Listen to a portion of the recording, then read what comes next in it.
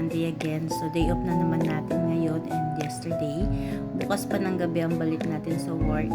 So makakagawa na naman ako ng content. Pero for now, since aga ako nagising and nagtutulog lang ako kahapon at saka kagabi. So naglaban na lang ako ng maaga. So ngayon nakasalang yung labahan ko, nagbabanlaw na lang ako, and then nanggaling na rin ako sa grocery at saka sa palengke. Ayan guys, natapos ko rin yung aking labahan. Maaga pa ako nagsimula at naisampay ko na siya. So ngayon, hindi pa ako nag-aalmusal and plano ko magluto ng pancake. Gusto ko magluto ng low carb pancake mula gawa sa coconut flour. So, ihahanda ko lang yung mga ingredients and samahan nyo ako magluto tayo ng low carb pancake. Tara!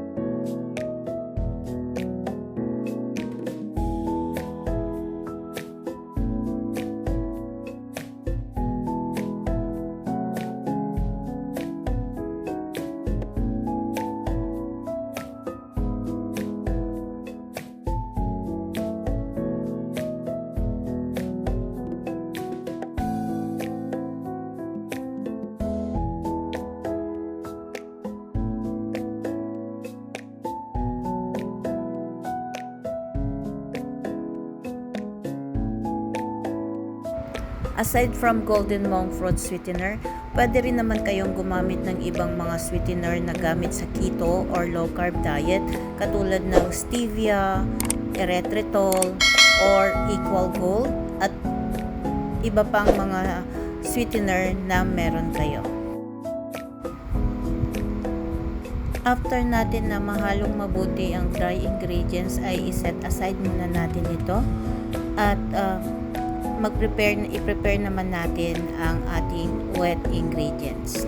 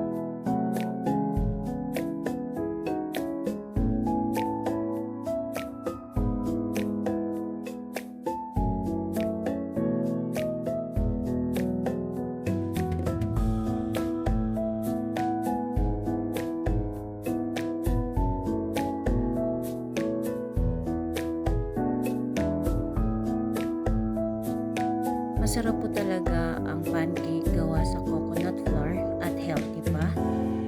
At pwede nyo rin itong gawin sa almond flour, masarap din. Medyo mas pricey nga lang yung almond flour, pero pareha silang masarap.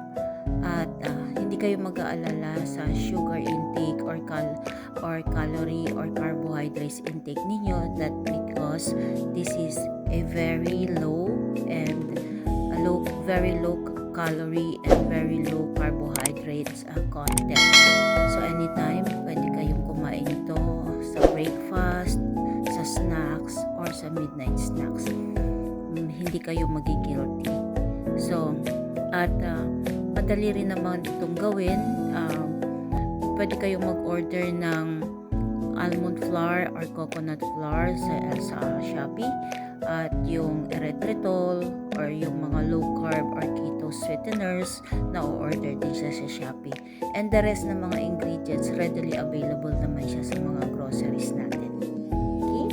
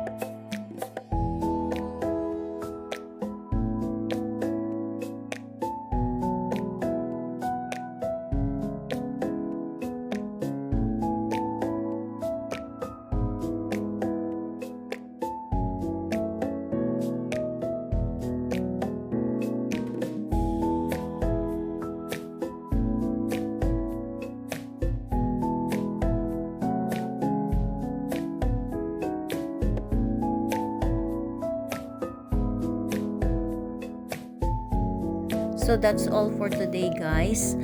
Sana nagustuhan ninyo ang niluto nating low carb coconut flour pancake. Pwede nyo rin itong gawin sa almond flour. Medyo mas pricey nga lang yung almond flour, pero masarap din siya katulad ng coconut flour. And sana itry din ninyo para malaman ninyo na merong mas masarap at mas healthy na alternative sa regular pancake. At healthy pa ito, hindi ka magigilty sa iyong sugar content at sa calorie intake mo at sa carbohydrates intake mo, dahil this is a very low calorie and low carbohydrate content. So anytime pwede mo itong kainin, breakfast, snacks, midnight snacks, pag nagkikrave ka ng pancake or ng tinapay, so pwede mo itong kainin. So hindi ka magigilty. So thank you so much, guys, for watching. Please do subscribe and hit the notification bell para sa susunod pa nating mga videos, and paki-share na rin po itong aking video. Thank you so much, guys, for watching. Have a happy weekend and God bless to all. Thank you. Bye.